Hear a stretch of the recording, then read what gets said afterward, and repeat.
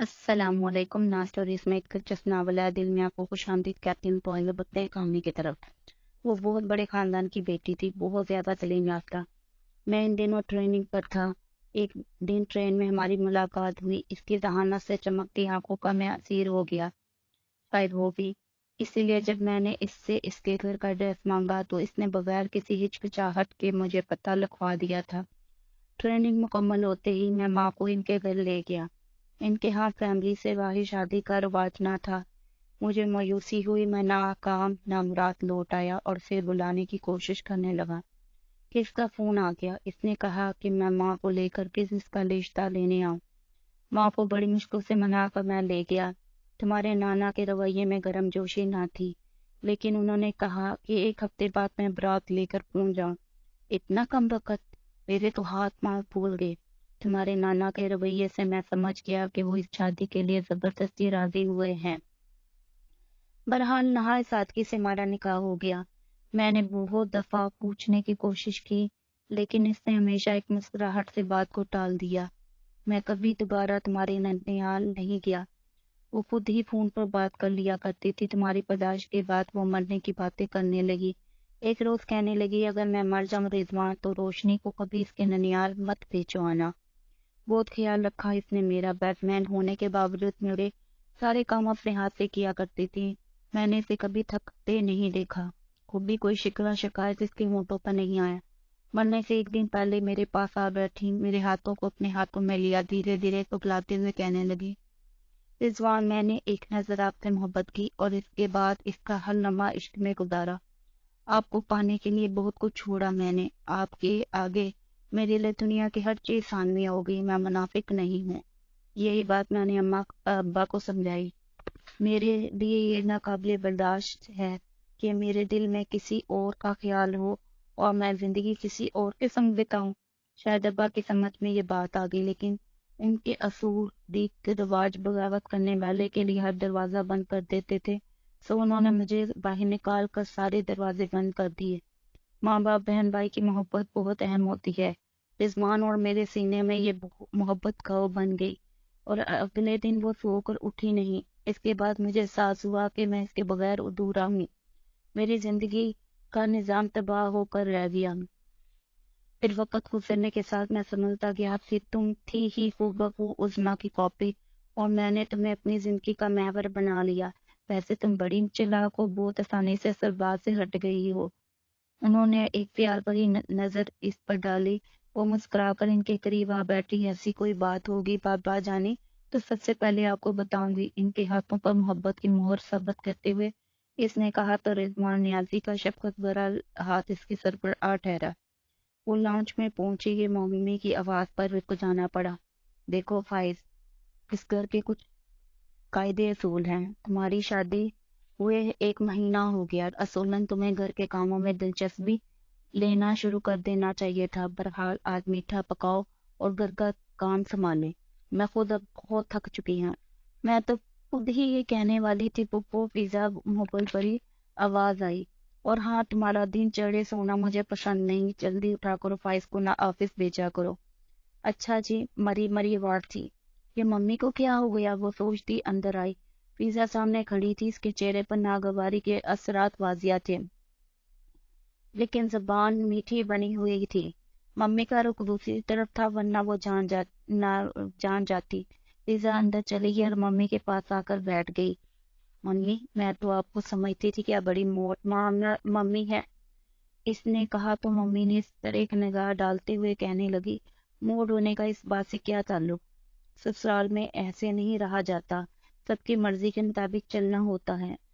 اب یہ اچھا لگتا ہے کہ شوہر اٹھے اور بغیر ناشتہ کیے چلا جائے؟ اور بیگم صاحبہ بے نیازی سے چارپائیاں توڑتی رہی۔ وہ حیرت سے انہیں دیکھتی رہی۔ اس گھر کا تو مدتوں سے یہی اصول تھا، کسی کو کسی کی پرواہ نہیں تھی، کب کون آ رہا ہے، کب کون جا رہا ہے، کوئی پوچھنے بتانے والا نہ تھا۔ سب کا اپنا سونے جاگنے کا ٹائم تھا، کوئی کسی کے پروگرام میں مخل نہیں ہوتا تھا۔ اسے تو خیر اسکول اور پھر کالج جانا ہوتا تھا۔ کبھی ممی صبح جاتی اور اسے سلائس اور انڈا بنا دیتی۔ فاخر کا اپنا ٹائم تھا اور 9 ساڑھے 9 بجے اس لیے وہ خود ہی ایک کپ چائے بنا کر پی لیتا۔ احمد کے جانے کا کوئی ٹائم مقرر نہیں تھا۔ 9 بجے سے پہلے جتنے بجے بھی آنکھ کھل جاتی تیار ہو جاتا، فریج میں کچھ پڑا ہوتا تو ٹھیک، ورنہ بائک کی چابی لے رہتا آفس پہنچ جاتا۔ دوپہر کو جی چاہتا تو آ جاتا، ورنہ باہر کھا لیتا۔ اگرچہ ممی دوپہر کو کھانا پکا لیا کرتی تھی، ڈیڈی زیادہ تر دوسرے شہروں میں بزنس کی وجہ سے رہتے، اس لیے کبھی کبھار ہی گھر پہ ہوتے۔ اب تو ممی نیا قانون لاگو کر رہی تھی۔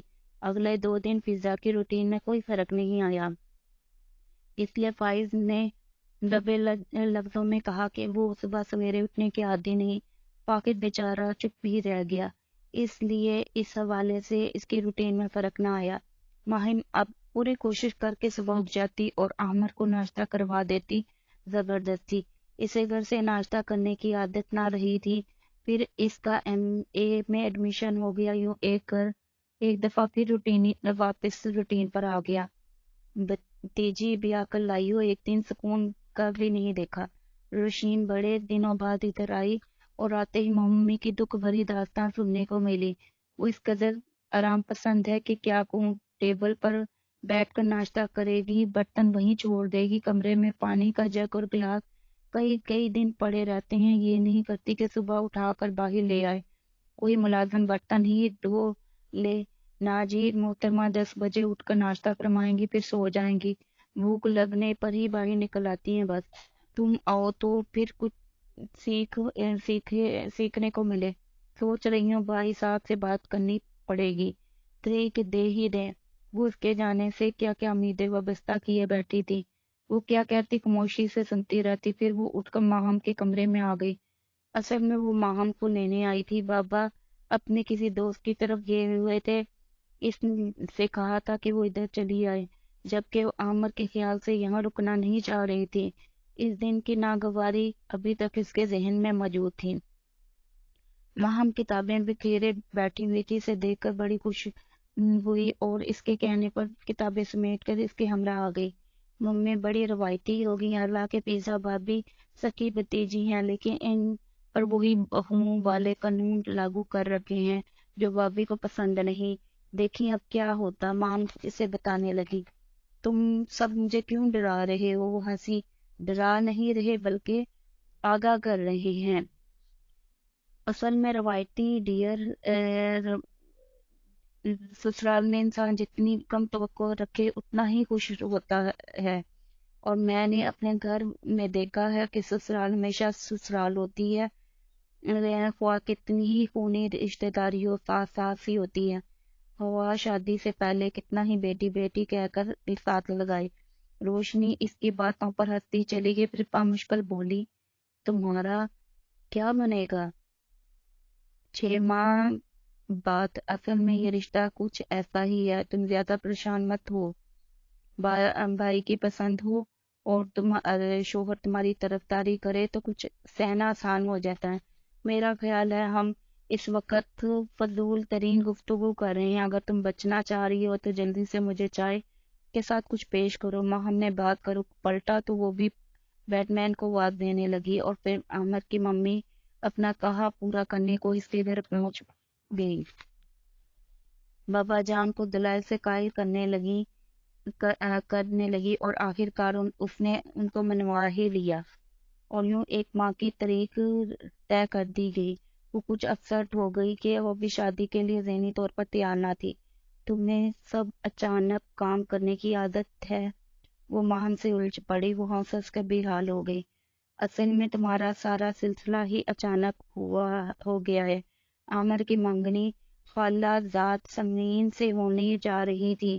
موصوف کو اچانک احساس ہوا کہ انہیں روشین نیازی سے محبت ہے، تو اچانک اس نے تمہارا نام لے لیا۔ ہم لوگ اچانک تمہارے گھر آ گئے، اچانک منگنی ہوئی، اچانک ہی شادی آگے۔ اچانک بھی بتا دوں، اگر تم مجھے بے شرم کا لقب نہ دو، اس کا لہجہ کیوں میں نہیں ہو گیا۔ ہٹو تم، اسے ڈانٹتی ہوئے کمرے میں گھس گئی۔ پھر 1 ماہ جلدی سے گزر گیا۔ ماہم نے دوست ہونے کا حق ادا کیا، وہ شریک بھی ادھر سے ہوئی تھی۔ عامر نے شور مچایا، اس نے کہا کہ فضا کو بہن بنا لے، اور یوں دھوم دھڑاک کے ساتھ وہ رخصت ہو کر سسرال میں آ گئی۔ سسرال میں تھا استقبال شاندار طریقے سے ہوا۔ آنٹی نے ہر رسم میں پوری کی، ماہم اس کی بہن کے فرائض انجام دینے کے بعد نارندہ کے فرائض انجام دے رہی تھی، لیکن مووی اور تصویر کا سیکشن چل رہا تھا۔ ایک لمحے کو اس کا جی چاہا کہ اخلاق کا مظاہرہ کر کے سب کو کمرے سے باہر نکال دے اور کچھ لمبی تان کا سو جائے، لیکن خود پر جبر کرتی اور صبر کرتی رہی۔ اللہ کر کے جان چھوٹی ان کے باہر نکلتے ہی اس نے تکیے سے ٹیک لگا کر ایک بھرپور سانس لی۔ اسی میں دروازے پر دستک ہوئی اور سیدھی ہو کر بیٹھی۔ اف، شادی اس قدر تھکانے کا کام ہے، مجھے پتہ نہ تھا۔ اندر آتے ہی یہ جملہ تھا اور جو عامر نے بولا تھا، اس کے جذبات پر اونس پڑ گئی۔ اس نے ذرا سا سر اٹھا کر عامر کو ڈریسنگ ٹیبل کے سامنے کھڑا پھولوں کے ہار اتار کر صوفے پر پھینکتے ہوئے دیکھا۔ فراغت پا کر اس کے پاس آیا اور کچھ کہے بغیر اور منہ دکھائی کے طور پر ایک انگوٹھی پہنا کر فرض ادا کیا اور سو گیا۔ وہ حیران پریشان سی اس کی محبت کے بارے میں سوچتی رہی کہ واقعی یہ شادی اس کی پسند سے ہوئی ہے۔ صبح اس کی آنکھ دستک کی آواز سے کھلی۔ عامر نے جوڑ کر اٹھایا۔ دروازہ کھول دو، اس نے اپنے حلیے کی طرف دیکھا، پھر عامر نے دروازہ کھولنے کا کہہ کر تبدیل کرنے چلی گئی۔ واپس آئی تو ماہم اور اس کی کزن ناشتے کے لیے موجود تھی۔ اسے دیکھتے ہی چھیڑ چھاڑ کرنے شروع کر دی۔ وہ سب کی باتیں سنتی رہی۔ عامر نہانے باتھ روم میں گھس گیا۔ ماہم ناشتہ چھوڑ کر سب کو واپس لے گئی۔ عامر باہر آیا، خاموشی سے ناشتہ کرنے لگا۔ وہ بھی سر جھکا کر بیٹھی رہی۔ تھوڑی دیر بعد اسے کچھ احساس ہوا تو پکار بیٹھا، ارے روشنی، ناشتہ کر نہیں رہی تم؟ چلو ادھر آؤ۔ اٹھی اور ٹیبل کے پاس آ بیٹھی۔ ناشتہ کرتے کرتے عامر اس سے ادھر ادھر کی باتیں کرتا رہا۔ وہ چپ چاپ بیٹھی رہی۔ ماہم اندر پوچھنے آئی کہ مزید کچھ چاہیے تو نہیں؟ اس نے نفی میں سر ہلا دیا۔ وہ برتن اٹھا کر چلی گئی۔ جاتے جاتے اسے تیار ہونے کا کہہ گئی۔ اس کا چہرہ اتر سا گیا۔ اسے اسٹیچو بن کر بیٹھنا تھا۔ عامر نے اس کی شکل دیکھی تو ہنس پڑا۔ شادی اتنا ہی مشکل کام ہے، قسم سے۔ اس کا لہجہ اتنی بیچارگی لیے ہوئے تھا کہ روشنی کو ہنسی آ گئی۔ زندگی روٹین پر آئی۔ اس نے گھر کے کاموں میں دلچسپی لینا شروع کر دی۔ اس پر بہت سے انکشاف ہونے شروع ہو گئے۔ سب لوگ رات دیر تک جاگنے کے عادی تھے۔ ٹی وی لاؤنج میں ان کی محفل جمی رہتی۔ نیند سے بوجھل آنکھیں تھکنے لگتی تو کمروں کا رخ ہوتا اور آتے ہی پڑھ کر سو جاتے۔ صبح جنہوں نے دفتر جانا ہوتا تو 8 بجے، 8:30 بجے، باقی سب 10 بجے اٹھتے اور اوپری کاموں کے لیے ملازمہ تھی۔ ممی کچن کا کام خود سنبھالنا پڑتا تھا، ورنہ ممی تو نہ چاہتے ہوئے کچن کا کام دیکھتی تھی، ساتھ مام بھی مدد کرنے جاتی تھی۔ افیزہ کچن کے کام دیکھتی تھی اور ایسے دیکھتی تھی کہ بعد میں کوئی اور دیکھ لیتا تو سر پیٹ لیتا۔ اس قدر گند مچا کر نکلتی کہ احساس ہوتا کہ اتنا گند مچایا ہے کوئی حساب ہی نہیں۔ پہلے دن اس نے ناشتہ بنایا، ساتھ ساتھ سب کو سمیٹتی رہی۔ پھر فائز اور احمد کو ناشتہ کروانے کے بعد وہ ماہم کے کمرے میں آئی تو چھٹی ہونے کے باعث ابھی تک سو رہی تھی۔ اس نے اس کو جگانا مناسب نہ سمجھا اور کمرے میں آ کر لیٹ گئی، اور مقررہ وقت پر باہر سے کھٹ پٹ کی آوازیں آنا شروع ہوئی تو اٹھ کر باہر آئی۔ آنٹی کچن میں موجود تھی۔ کمال ہے، آج فضا جلدی اٹھ گئی اور کچن میں اصلی حالت میں موجود۔ وہ حیرت زدہ سی تھی۔ اسے دیکھ کر پوچھنے لگی، تم نے ناشتہ کر لیا؟ جی میں نے، احمد نے، فائز نے اکٹھے ناشتہ کر لیا، آپ کے لیے بنا رکھا ہے، فریش ہونے میں لگاتی ہوں۔ کیا ناشتہ تم نے بنایا؟ تم نے کس سے کہا تھا ناشتہ بنانے کو؟ فضا کدھر ہے؟ ابھی مہندی نہیں اتری اور تمہارے ہاتھوں کی لوگ کیا کہیں گے؟ انہیں تو غصہ ہی آ گیا۔ کچھ نہیں ہوتا آنٹی، بھابھی سو رہی تھی، فائز بھائی بھوکے جا رہے تھے، میں نے ناشتہ بنا دیا۔ انہوں نے ساتھ لگا کر پیار کیا، میں کہنا ہے وہ نحال سی ہو گئی۔ یہ محبتیں ہی اس کی کمزوری تھی۔ پھر اس نے سارے گھر کا کام سنبھال لیا۔ فضا کمرے میں پڑی سوتی رہتی، کھانے کے وقت باہر نکلتی اور کمرے میں گھس جاتی۔ ممی کی بربراہٹ عروج پر رہتی اور وہ اس کے صدقے باری ہوتی۔ فیصلہ آباد سے منان کی امی آ گئی. وہ ماہم کا رشتہ لینے کے لیے واجب تھی. ممی نے ماہم سے رائے مانگی تو اس نے سر جھکا دیا. وہ حیران سی ماہم کے پاس آئی. تم تو کہتی تھی کہ اس کی حرکتیں نہایت چوری ہیں، تمہیں گھورتا ہے. ہاں، اسی لیے تو ہاں کر دی کہ اب وہ مجھے بس گھورتا رہے. ماہم نے اسی لہجے میں کہا تو وہ ہنس پڑی. منان کی والدہ اس کی سکی پھپھو تھی. ڈیڈی سے فون پر پوچھ لیا گیا. انہیں کوئی اعتراض نہیں تھا. یوں اگلے مہینے منگنی کا ارادہ کر کے لوٹ گئی. ماہم نے کالج جانا چھوڑ دیا. میں منگنی والے دن حسین ترین نظر آنا چاہتی ہوں. ماہم نے اپنا خیال ظاہر کیا اور وہ چپ چاپ اسے دیکھتی رہی. کہانی کی باقی حصہ سننے کے لیے میرے چینل کو لائک کریں، شیئر کریں اور سبسکرائب کرنا نہ بھولیں. شکریہ.